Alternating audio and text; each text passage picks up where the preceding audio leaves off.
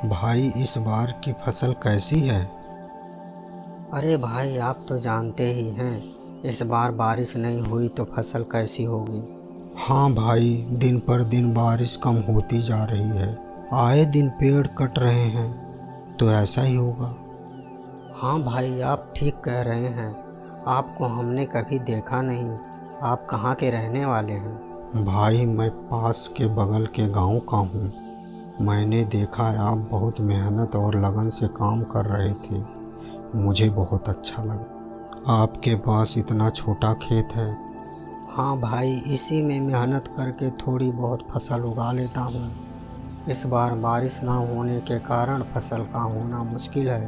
अच्छा भाई, मैं चलता हूँ, नहीं तो घर पहुँचने में रात हो जाएगी। शाम तो हो गई है और आगे रास्ते में थोड़ा जंगल भी पड़ता है।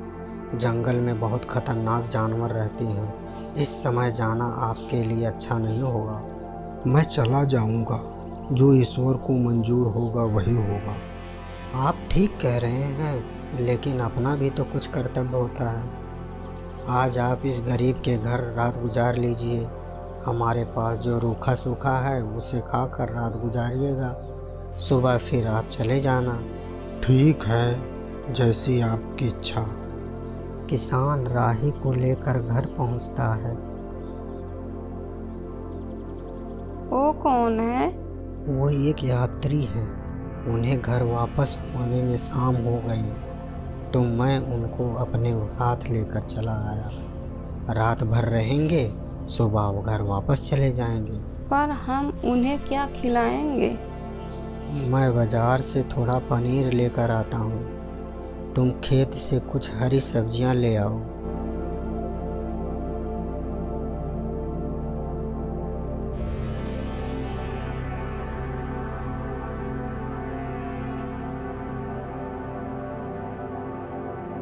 दोनों लोग साथ बैठकर खाना खाते हैं।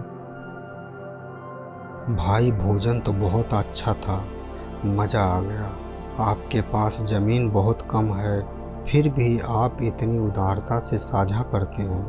आप ऐसा क्यों करते हैं? मेरा मानना है कि दयालुता और उदारता ही किसी व्यक्ति की असली संपत्ति है।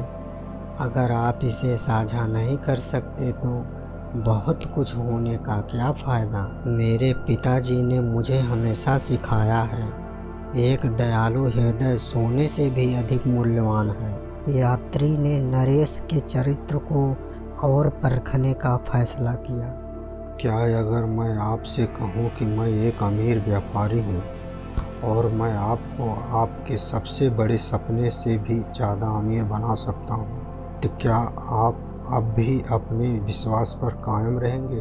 धन आराम दे सकता है, लेकिन यह लालच और भ्रष्टाचार भी ला सकता है। मैं अमीर बनने और अपनी ईमानदारी खोने के बजाय शुद्ध हृदय के साथ एक साधारण जीवन जीना पसंद करूंगा।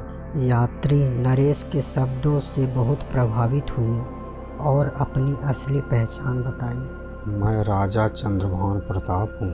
आप तो बहुत बड़े राजा के रूप में जाने जाते हैं। आप इस साधारण से रूप में क्यों जा रहे? एक साधारण से रूप में ही किसी व्यक्ति को पहचाना जा सकता है।